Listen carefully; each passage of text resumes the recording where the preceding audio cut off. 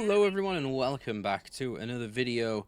Surprisingly, yesterday's video did quite well and there's been a lot of discussion in what's happening, and basically a comment that I wanted to go over specifically because I don't really believe it, and I think it needs to be more understanding. I mean, the comment itself was Call of Duty wouldn't do what isn't as predatory with microtransactions than Warface, and I don't believe that. Yeah, Call of Duty don't do pay to win like guns or stuff like that, but Call of Duty does have a history of pay to win skins and that kind of crap. Now, the issue with Call of Duty that I've seen a lot lately that kind of reminds me of this game is the predatory microtransactions, and just how the game's never finished and it'll always keep adding stuff and adding new things. Am I comparing this game to Call of Duty itself? No, they're two completely different games. One has good movement, the other is clunky and slow. I'll let you guess which one that is. But to say one is worse when it comes to microtransactions than the other is, I'd say, backwards, honestly. I don't believe that's true. I genuinely think gaming these days has become nothing but a microtransaction war, and games don't release full.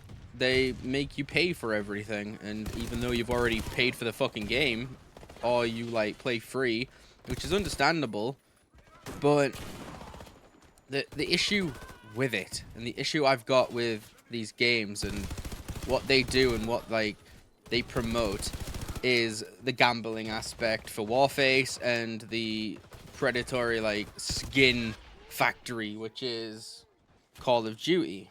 Because COD releases a skin every other day for probably the price of like $30, if that, while Warface releases new guns every other week, or say maybe a month. I'm not entirely sure of the release date thing with Warface, since I've been gone for so long, to the point where I genuinely I don't know the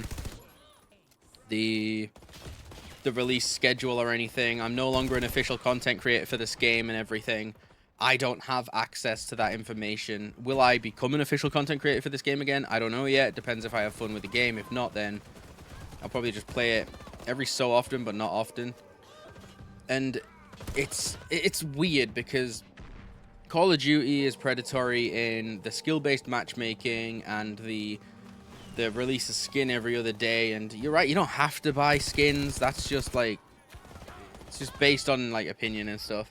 And you don't have to buy guns in Warface anymore to have like a chance at winning like you used to, which is fine. But to say one is kind of worse than the other, I do agree that selling guns for real money, like guns that are better than the guns that you get given in the game, is pretty scummy, and Warface has got that down. It's got scummy down to like a T. And the fact that Warface sells these guns in gambling boxes, which, yes, by the way, war boxes and stuff are gambling. They are gambling boxes because it's not a guaranteed chance you'll get the gun. You are gambling for your chance to get it earlier or for cheaper. That's not the thing. Now, Call of Duty doesn't do gambling, which is a plus point for Call of Duty. But I think that's where the main things stay and like get to what like change for each company in the way it is. This game promotes gambling, while Call of Duty does not. But Call of Duty promotes spending more money to look different, and Warface kind of does but doesn't. It doesn't release as many skins as it does like weapons. And at least when on this game, you don't have to pay for maps. Like when new Spec Ops comes out and new like multiplayer maps and stuff, you don't have to pay for it. They're not in a battle pass. They're not any of that crap, which is a really good thing, which I will give Warface credit for. They do, when they release maps and stuff, they don't just make it for paid people or for battle passes. They genuinely release the maps for everyone who's playing their game. Speaking of, I just got apparently a download done for Call of Duty, because I do plan on making a video, not comparing the two, but more so just a video. So that's what I wanted to get into specifically today while I use the golden MPAR-556, which I got out of the crates, which was very lucky. I only opened a couple of boxes and I got it. Would I recommend doing it? No, honestly. I would never ever recommend gambling, even if it's a really good busted gun. I would never in my life recommend gambling. I wouldn't ever recommend it or promote it. I've never recommended it or promoted it on my channel. I never will either, because I think it's stupid and it's a form of addiction, and I don't like that. So what I want to get down to is one or the other. Is one worse? Is one better? And the thing with that is yes and no. Call of Duty has its own way of milking money out of its player base. Same as Warface has its own way of milking money out of the player base that's left. Now, can Warface regain the lost players? I genuinely think they could. I think if they increased the frame rate, had a decent, like, out there roadmap of, like, what's changing and what's going to be going forward, I think a lot of people might come back to this game. Do I think it's something that 100% needs to be done? No, and I doubt that anyone's voice, mine alone, will change the way that these guys make this game and all that nonsense. It's literally just companies, all right? That's what you need to remember, is you're not fighting against players who want this. You're fighting against multi-million-dollar companies. And that's the downside. One voice, even like 100 voices, they're not enough to make companies change their schemy ways and make money.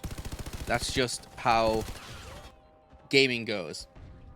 Call of Duty has its way of, like, taking money from people. Warface has its way of taking money from people. Is one more ethical than the other? I'd say yeah, kind of, because I'd say COD is more ethical in the way of you can choose if you want to like buy that stuff, but if you want the best guns in the game on Warface and stuff and you don't want to wait, you've got to literally gamble. So it's just microtransactions are predatory, and unfortunately that's just the way we live in. We live in the day of microtransaction aggression, battle passes and all that nonsense, where a game never releases fully complete. You end up having to pay for it along with the actual money you paid at the start. Obviously I'm not talking about this, because this game is free and so is Warzone and stuff. So thank you all for listening to me rant on. Would I recommend this gun? It's pretty good. Would I recommend you gamble for it in the boxes? No, just wait for it to come out to buy, or wait for it to be in a battle pass, I guess. Thank you all so much for watching. You've been awesome. My name is Arch, and I'll see you in the next one.